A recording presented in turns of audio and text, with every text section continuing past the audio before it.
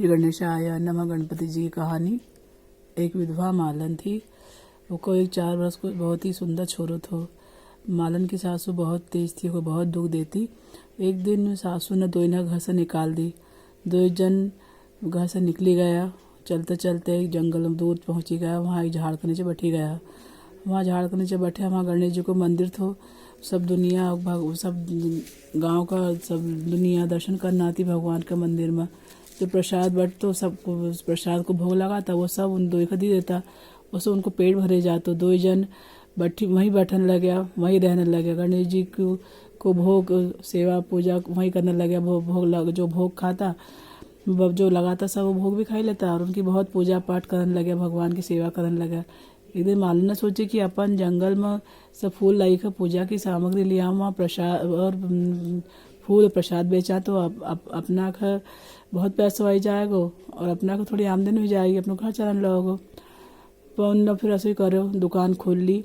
दुकान खूब चलन लगी, खूब बिक्री होने लगी। फिर बिक्री होने लगी तो उन्हें एक आदमी को रखी लियो और गणेश जी की खूब सेवा करने लगी और ज़्यादा करने लगी।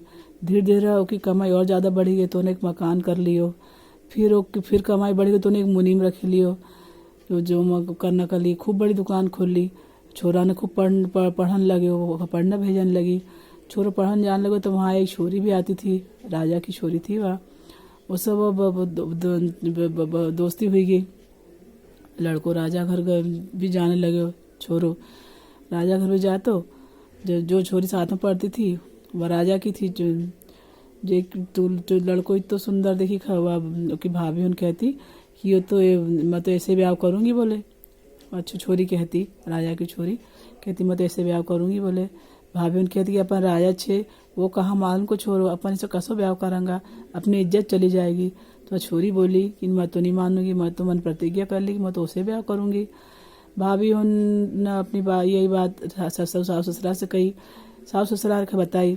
सास ससुरा बोलिया कि ठीक छे, उन्हें प्रतिज्ञा कर ली तो अपन उसे ब्याह कर देंगे, उसे करना पड़ेगा। तो अब खूब धूमधाम से छोरी को ब्याह वो मालन का छोरा से कर दियो। खूब दायजो दियो। मालन खूब खुश हुई कि हमारा बेटा ने कितने अच्छी बहू लाए, देखी बहुत खुश हुई। गणेश जी को खूब नमस्कार करे, प्रणाम करे। वो मंदिर में लेके गई, उनसे ढोक लगवाई, प्रणाम करवायो। तो सारा गांव में डिंडोर पिटवा दियो कि भाई जो भी गणेश जी की सेवा पूजा पाठ करो, कभी दुखी नहीं रहो, भगवान को कभी न कभी सुख देगा ही बोले। ये सुनी का सब दुनिया उनकी बहुत और ज़्यादा पूजा करने के पहले भी करते और ज़्यादा लोग आने लगे। तो दर्शन करना आवा और भगवान के पास लोग और ज़्यादा दर्शन करना आवा और खूब भगवान पर विश्वास रखा। भगवान खूब सब खदेज वह और ज़्यादा भगवान की भक्ति करने लगी। उनकी बिक्री भी और बढ़ने लगी और बेटा ने काम संभाल लियो। इधर मालन और भी सेवा पूजा करने लगी। उधर सासू के यहाँ खाना का भी लाला पड़ी गया। वो खाना नहीं मिला, भूखी रहने लगी वह।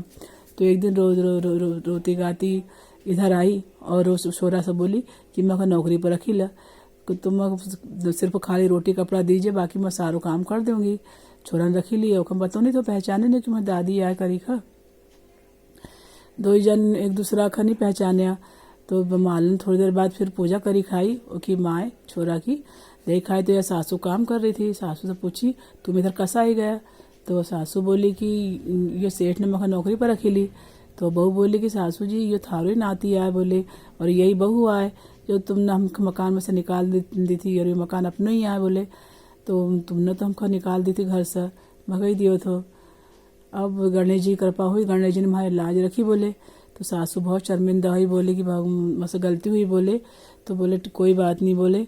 तो वह बस सब सासू से कहने लगी बहू कि भाई कोई बात नहीं, तुम अपनी करनी से बोले मन हमारी करनी भोग ली। सासू कहने लगी और तू तो भगवान ने खूब प्रसन्न खूब दियो।